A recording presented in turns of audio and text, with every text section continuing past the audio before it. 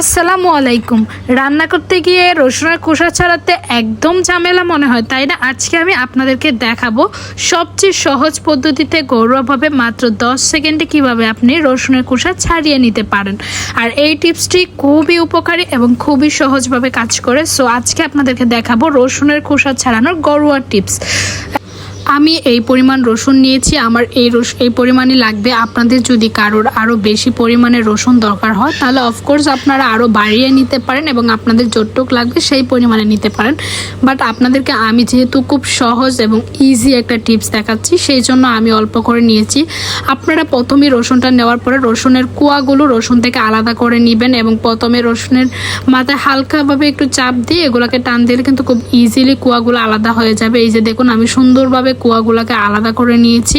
And এখান থেকে কিন্তু আমি কুসাগুলো ছাড়িয়ে দেখাবো।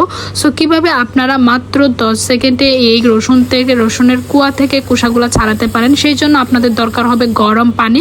সো পরিমাণ মতো গরম পানি দিয়ে দিবেন। গরম পানি দেওয়ার সাথে সাথেই দেখবেন যে রসুনের কুয়ার মধ্যে কিন্তু কুসাগুলা বলে বলে যাবে, আর তখন কচলা দিলেই কিন্তু দেখবেন খুব ইজিলি এগুলো পরিষ্কার হয়ে যাচ্ছে। আর এটা সবচেয়ে সহজ। আমি যখন বাসার জন্য মশলা রেডি করি তখন কিন্তু এভাবেই করি, বাট আমি জানি না, আমার কাছে খুব এটা ইজি মনে হয়। আপনাদের কাছে কেমন লাগে আমি সেটা জানি না।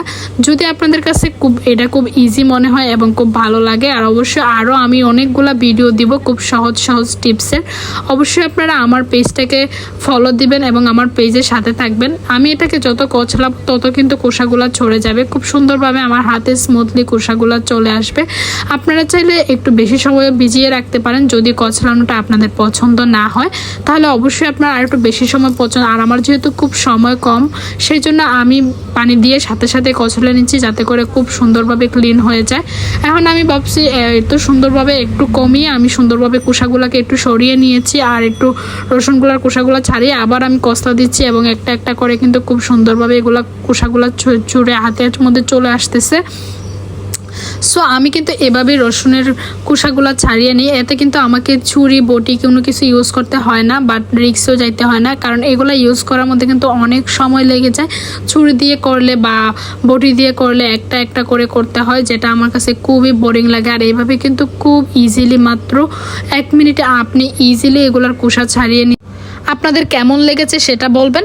এবং আপনারা যারা যারা এই টিপসগুলো ফলো করেন বা এভাবেই আপনারা কুসাগুলো ছাড়ান এবং খুব ইজিলি করেন, তারা অফকোর্স আমার পেজের সাথে থাকবেন, আমাকে লাইক কমেন্ট ফলো করবেন। সো ভালো থাকবেন, আল্লাহ হাফেজ।